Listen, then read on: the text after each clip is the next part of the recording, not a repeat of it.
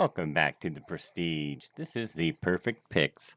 We didn't do the greatest last week, but we still had some good picks, and we came out pretty even. We came out at $6 ahead, actually.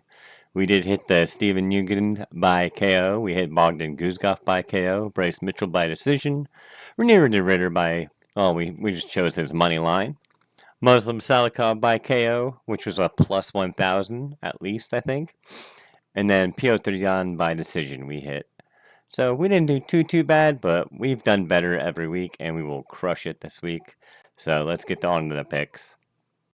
We'll start with a quick fight here. I don't really know too much about these guys. I have seen Bashi perform twice now, and from what I understand, he's a very good wrestler, grappler. He's got some decent power on his hands and good footwork and decent striking, but I don't know who John Yanis is. It was hard to find anything on John Yanis. So I'm just going to pick Bashi. And because I don't know anything about Yanis, I'm going to pick Bashi by finish. Because I feel like Bashi was supposed to go get pushed over by his last opponent. But something went wrong and he just couldn't finish him. So they're trying to, his coaches or his team accepted this opponent to try and get him to really stand out for his this matchup. So look for Bashi to just get a bunch of takedowns and either submit or ground and pound this guy out. He has a 61% finish rate, and he's a little bit shorter. I don't know about the guy's John's reach, but Austin looked good. He just couldn't get it done last time, so we'll see if he can get it done this time. And this next fight is one of my fights on my Prestige Parlay. So put a like, follow, and subscribe, and let's get going here. Pierre Rodriguez versus Ketlin Souza. Pierre Rodriguez brings a pressure-heavy wrestling-first approach with enough pop in her hands to back it up. She does average 4 takedowns per 15 minutes, and her control isn't airtight. She does solid work once she gets into top position, and she does mainly ground and pound. She won't look for many submissions. Souza's biggest problem is that she doesn't like pressure. Angela Hill bullied her in the clinch, and Rodriguez will likely do the same. She has a lot of aggressive entries and dirty boxing. Rodriguez throws harder and pushes the pace and can turn this into a rock'em sock'em robot if Souza doesn't move her feet well. I believe that Souza does have the power advantage, and stat-wise, Souza has better striking accuracy, but she's also very hittable and flat-footed under pressure. And Rodriguez lands with more power and stays busier in extended exchanges. Souza's more of she tries to look for that one punch a lot. And while Souza's got tight submissions and she's got pop in her shots, she does struggle defensively, and I feel like Pierre's got an advantage in the ground and on the feet as far as aggression and output. So unless Souza lands something early, I expect Rodriguez to win the rounds with takedown damage and cage control. She might not be the cleanest technician, but she is dominant when she gets the momentum going. I got Rodriguez by decision or knockout. I think it'll be decision or technical knockout in the late third round. Third round. I think the damage will just get to Souza, and her cardio won't. Souza's missed weight twice, so I don't think her cardio will keep up. So I'm pretty confident on Pierre Rodriguez here. Once I saw what's her face?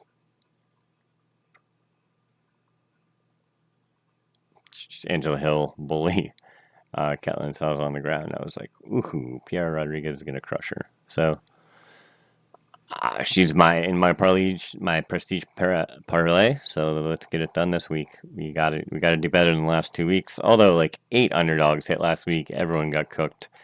I'm not holding it. I'm not looking bad on it, really. I don't think it was too bad of a week if everyone got cooked. So let's move on to the next fight. All right, now this fight was pretty interesting. We got Felipe Bunes versus Rafael Esteban. Felipe Bunes is 14-7. Esteban is 13-0. As you can see, I did change the graphics a little bit. I put some more relevant stats up for betting. These are UFC strikes per minute, takedowns per 15 minutes, their takedown defense percentage, their finish rate, which means per fight, per win, how much they're finishing the people. And this is their UFC control differential. So per 15 minutes, Rafael Estevam has a advantage of 11 minutes and 64 seconds per 15 minutes. Yeah, he's very dominant wrestler. He just kind of floats above everyone. He never really puts everyone in danger. He kind of wrestles like Bilal when he was, or Usman, or yeah, Bilal or Usman when they were like climbing and just making sure they got wins. Just kind of hover over their opponents, put pressure on them, kind of pepper them with like small little punches, not really trying to finish, not. And Felipe Boons is the opposite. Felipe Boons had Josh Van in trouble a couple times in their fight. I think he could definitely get it done, but I think the safe money is on Estevam. I just think he's not the most exciting fighter, but he's younger. He's hard to explain. He just sticks on people like glue and doesn't finish them. So he's going to get about 47 takedowns, and Boons will keep throwing up submissions like he does. So I think it'll be Esteban by decision or Boons by submission. I think he might catch him in something because there'll be 100 scrambles in this match, and whoever gets tired first, I think loses. But I'm going to go with Esteban. Pretty confident on it, even though Boons is one of the bigger underdogs that I think could definitely get it done. And since I don't really have a script, I'm just going to keep going. We got Rodolfo Vieira going up against Tresean Gore. Rodolfo Vieira is 10-3, and Gore is 5-3. Despite having the age disadvantage for Vieira, I think he's got just about every other advantage. I was pretty high on Gore when he came off The Ultimate Fighter. I bet on him a couple times, but he let me down every time. And then he got 2 guillotine chokes. And then I bet on him, and then he lost. So I'm probably just going to stay away from this, or just do like doesn't go to decision or something like that. But with Vieira having a 100% finish rate and Gore having an 83% finish rate, and the control differential for Vieira, takedowns, it's probably going to end up on the mat with Gore with 2.62 takedowns in a fight per 15 minutes, and Vieira 3.52. So that's 5 takedowns in a fight. So it's going to end up in the mat, which means Vieira has the advantage. So I'm going to go Rodolfo Vieira by submission.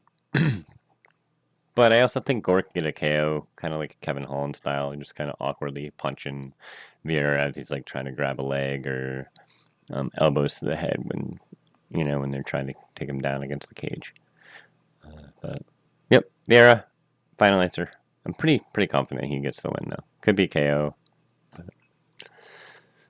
All right, Rinya Nakamura, 9-1, taking on Nathan Fletcher, who's 9-2.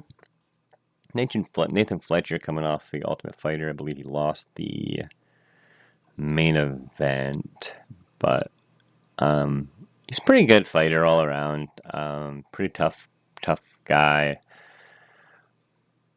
Got really good grappling, decent wrestling, pretty shit takedown defense. Pretty decent durability. And Rinya Nakamura, although he kind of disappointed in the last fight, there's a lot of people that are looking for him to rebound and look like he's pretty amazing this fight. I'm going to follow that path, even though I believe Fletcher has a real chance of getting this done. I think if Nakamura fights like he did last fight, Fletcher will just burn him out. And Nakamura will either get tired or just overwhelmed, because Fletcher will bring the fight. And again, this fight, look at the takedowns per 15. This fight should end up on the mat, regardless of Nakamura's takedown defense. They're both going to try and get it on the mat. So Fletcher has some really good reversals. He's got some good switches and some good finishes. So I'm going to go officially Nakamura by KO or decision, but Fletcher could definitely get it done. And we got Nick Klein, who's 6-2, against Andrei Pulyev, who's 9-3.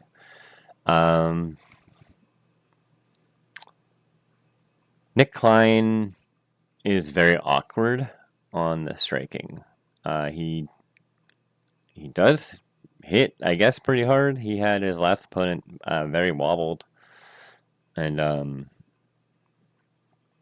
his grappling is pretty much where he gets it done. And if he's aggressive with his grappling, like he should be, he will get this done in the first or second round, I believe. But Andrei Pulyev is a pretty, from what I can understand, pretty decent striker with a good takedown defense. So the fights I saw Pulyev in is he just never let it go. Like he just kind of wasn't busy. Very inactive. And if Nick Klein can be more active, I feel like he can get it done. But again, Klein's very awkward, and I feel like he's kind of like a beginner striker. But his advantage is on the ground, with Pulyev having a negative 7.5 minute per 15, and Klein having a 5-minute advantage. I believe that Klein will get it done by submission, but Pulyev could always take it. He's got a puncher's chance of getting a KO. And with Klein being so awkward, I don't know what the hell his deal is on the striking. But moving on. All right, this fight is going to be crazy. Danny Silva, he's 10-1, going up against Kevin Vallejos, who's 15-1. Danny Silva, 28 years old. Vallejos, 23 years old. And look at the size difference. Danny Silva is a little bit bigger. He's got more reach. He's got more takedowns, better takedown defense. He has a control differential advantage. But Vallejos is, minus 500 advantage in this fight, betting-wise. And everyone's on him for lock of the nights and slam of the weeks and blah, blah, blahs and blah, blah, blahs. I think Danny Silva gets this done. I don't think people are watching tape when they break down fights. Danny Silva, it says he gets struck a lot. Most of the time, it's like old Bobby Green, like he kind of rolls with it, and he doesn't ever take a clean shot. He counterattacks so much with it. Like he'll take that shot and kind of like pop back with. His boxing is phenomenal. He doesn't do the many kicks, maybe a little bit of leg kicks. So there's not going to be many kicking, or not much kicking, not much takedowns in this fight. If there is takedowns, Danny Silva's got the advantage. I think Vallejos is going to try and finish Danny Silva, and Danny Silva is very responsible defensively, even though it looks on paper like he gets hit a lot. He's very responsible defensively. And I think Vallejos is going to burn himself out in the first round, and then Silva is going to pick him apart and just win the last 2 rounds or finish him. We've seen this time and time again, a younger guy coming in. He's 23 years old, Vallejos. Danny Silva is a little bit more in his prime. I think he just young guy trying to finish somebody that's not finishable right now, by him anyway. So I'm very high on Danny Silva. They're both good fighters, and it should be a really good fight. But Danny Silva is a very big underdog, and I think he gets this done. And I think Vallejos learns a few things. Right, Magny. Now, this fight. Let me see if I can show you guys real quick. Every week, I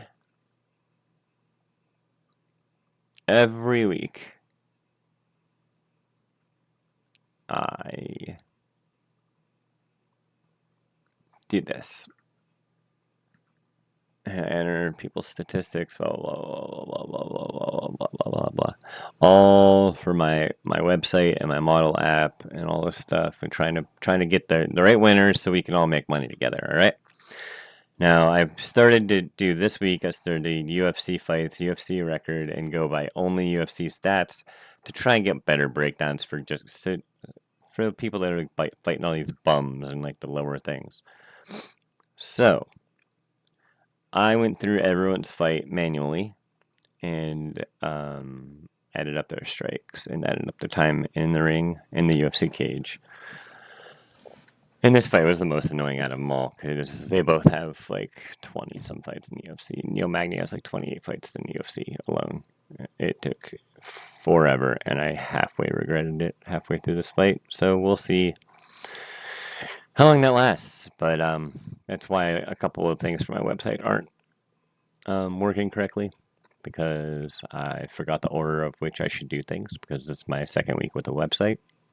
And I deleted most of my shit before I typed it in. So we're learning, boys. That's why it's only $5.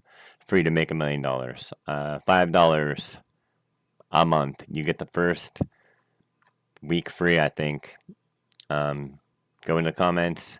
You get the app for $5, and you can get my picks and parlays for $5. And we are making some money. And the app's really fun. It's really good. I just added.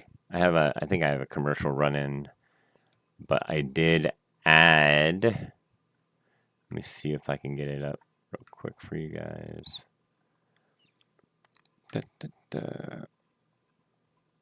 I did add in, I'm sorry,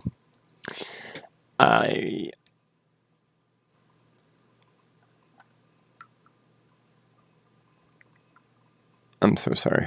1 second. I'm so sorry.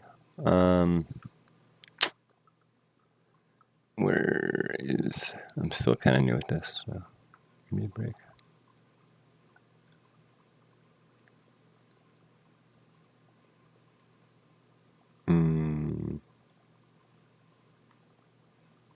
There we go. All right, so I added in some new features. I don't think you can see this still, but I'm going to pick Mateusz Brecki against Duncan. And I added in a whole simulation now. So it shows Mateusz Brecki wins 56%, 56.2% of the time based on all the stats in that graph I just showed you. And this is a filter and a score based on all that. Ends in round 2, blah, blah, blah, blah, blah. Confidence, double chance method. Let's just, don't take my word for it. Pay for the app. Pay for it for a month. Make some money off of it. Like, that's why I made it. I spent hundreds of hours on this stuff. Spent hundreds of hours on just that one Excel file. Spent, I mean, you could imagine. Anyway, you don't want to hear about that. I sound like Angelo from We Want Picks now. Neil Magny against Elijah Dozleski. They're both old guys. I think pretty much pretty easy breakdown here. Actually, it is going to be, if it lasts to a decision, Magny wins. If Zaleski can hit Magny clean, he goes out. Other than that, that's it. Magny decision, Zaleski KO. Pretty simple. Both old. I think they're both kind of placeholders. They're both going to be kind of out soon. Magny, I think Magny's got more than Zaleski does still. But Magny's still, he just fights the up-and-comers. He's just like the gatekeeper. He's like the old cowboy Cerrone. All right. Cara Rosa versus Nora Cornole. 18-7 Cara Rosa and 9-2 Nora. I like Nora a lot, and I think she's a very good fighter, but I think Cara Rosa is just going to be a tough matchup for her. Cara Rosa is very hard to finish, and Cornole doesn't finish durable people from the looks of it. I think Cara Rosa is going to just wear out Cornole over the course of 3 rounds. She's not going to let her take her down. And she's just going to pepper her in the face and keep moving around the cage. If Cornole does get it done, I think it's by KO. I think she can get a lucky pop shot in on her. I don't think she'll submit Cara Rosa. I think she's just too good. And she hasn't gotten submitted by far better grapplers than Nora Cornole. So I think it's either Rosa decision or Norikono KO. I don't think Rosa gets a TKO, even though we just saw Ricci just get a KO. So I'm going to go Rosa, probably by decision. Esteban Ribovics versus Elvis Brenner. A lot of people are very high on Ribovics. I'm pretty high on Ribovics. I do worry about Elvis Brenner. He has fought some very good fights. He beat good on Tataludze, I believe. And he put up some very good fights. Just recently, he started getting KO'd.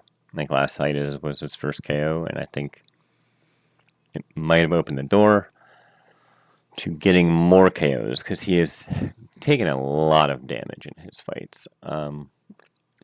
But he's under 30 still. I think Ribovics wins this, but I think it's a decision because Brenner is very hard to finish. He's a very durable guy. He will just get lit up and lit up and lit up, and just when you think he's about to fall over or the rep's going to jump in, he'll grab a single leg or he'll throw an overhand right that clocks the opponent, and then we're back in it, kind of like Muhammad Yahya from last week. But I think Ribovics gets this done pretty confidently by decision. He could get a lucky submission, but I think it's Ribovics by decision all day. KO. If it's a KO, it's second or third round KO. Brenner's got a very good chin. In the co-main event, Chris Duncan versus Matthias Rebecki. Matthias Rebecki is one of my favorite fighters just because of his last fight. He went to straight up war against Miktobek Orobai, who I absolutely love, and I won a shit ton of money on his last fight with a round 2 submission, I think I bet. Rebecki and Orobai went in a grappling and slugfest war that I will remember forever. Duncan also very durable. This could also be another war, and Rebecki could get subbed via guillotine, but I don't think so. I think Rebecki comes out, and I think it's pretty dominant. I think Duncan just kind of looks desperate and starts looking for those guillotines because he's gotten them so often, and I mean, everyone knows the trick now, you would think. And Rebecki didn't get subbed by Orobai, so I don't think he's getting subbed by Chris Duncan. No offense, Chris Duncan. I like you, Chris Duncan. I think you're a good fighter. I like watching you. You're fun. But I think Rebecki gets this done. And I didn't mean to rhyme all that, but yeah. God, Rebecki has a size disadvantage, though. No, I'm going Rebecki. Rebecki, probably by finish. Lock it in. Yeah, moving on. And the main event change. I was all hyped up. Picked Taira, Tatsuro Taira. I like his aggressiveness on the mat, and he's a very good fighter. Very good fighter. I think he's moving up the ranks very well. I think Hyun Sung Park is also a very good fighter, and I think he's a very aggressive fighter, and I think Taira is going to have very hard time. I think this is a terrible matchup for Taira. I think he's going to have a hard time getting him down, and I think, again, Park's going to just either do the elbow thing, like when somebody's going in for a single leg or to grab their hands together around the waist, people just elbow the shit out of their temple. I think Park gets it done by submission or KO. If it's a submission, though, I fuck this slide up. The control diff is not on here. But if it is a submission, it's not going to be like a submission. I think it's going to be a club and sub if Park wins by submission. And just so everyone knows, the control diff for both of them, Taira's is plus 165 Park's 165 and Taira's plus 7 minutes and 24 seconds per fight. So, but Hyun-Sung Park has 100% takedown defense, so I think it's going to be at least harder to get him down. And he's used to 3-round fights, and he accepted a short notice 5-round fight, so I believe that he's going to try and finish the fight early. And Taira was training for Albazi, who is not a striker at all. Albazi is a wrestler, grappler guy who kind of gets straked every once in a while. I'm going to go Park. It definitely could be Taira and should be Taira, but I'm going to go Park by sub KO just because. And we are going with a prestige parlay this week of Pierre Rodriguez versus Matas Rebecki, and we are going to, again, double that up with the retirement bet and do Rodriguez by decision KO and Rebecki by finish. The just prestige parlay is plus 121 right now. And with Rebecki by finish, because the other one's not up yet. Rebecki finish, it's plus 227. And let me just make sure. Yep. Yeah, Rodriguez by sub or by decision KO isn't up yet. So I am 51, 22, and 1, despite having last week's pretty bad week. And the week before that, we didn't kill, but I'm still 70%. So what's that say? Over 6 cards. And we are going to crush it this week. I'm going to say I hit 8 fights this week, minimum. So, that being said, like, follow, subscribe, do what you gotta do. I have a Discord. Nobody's ever on it. I'm on it.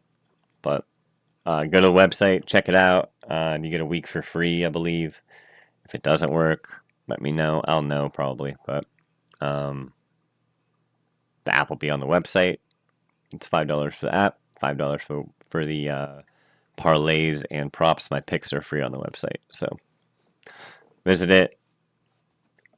Follow, like, subscribe, and see you next week. We are going to make some money this week, I promise. Look at Joe Rogan. Are you tired of losing bets because your gut told you that the underdog had heart? Well, guess what? Your gut is dead wrong, and it's not your fault. You're infected. That's right. You've got parlay parasites. They live in your brain, whispering things like, one more leg won't hurt. He's due for a knockout. Trust me, bro. Lock of the night. But there's hope. Introducing the Prestige Premium Picks, your weekly antidote for stat-free sickness. For just $10 a month, you'll get full access to our data-driven, stat-loaded prediction app. And for another $5, you'll get model-verified props and parlays every week. I correct that. It is $5 for each one of those. For just $5 a month, sold individually, you get full access to our data-driven, stat-loaded prediction app. And for $5, you get a model-verified props and parlays page loaded every week. So for just $10 a month total, you get zero hype, no bias, no gut, no bullshit picks. It's not for everyone. If you like losing money on vibes and Reddit threads, feel free to keep tailing Drake. But if you're ready to upgrade from maybe he pulls guard to his takedown defense is 43% and he dies after round 1, then it's time to subscribe. I've done the work so you don't have to. Cleanse yourself of your parlay parasites. Join the Prestige Premium Picks today. The first week is on me. You won't regret it.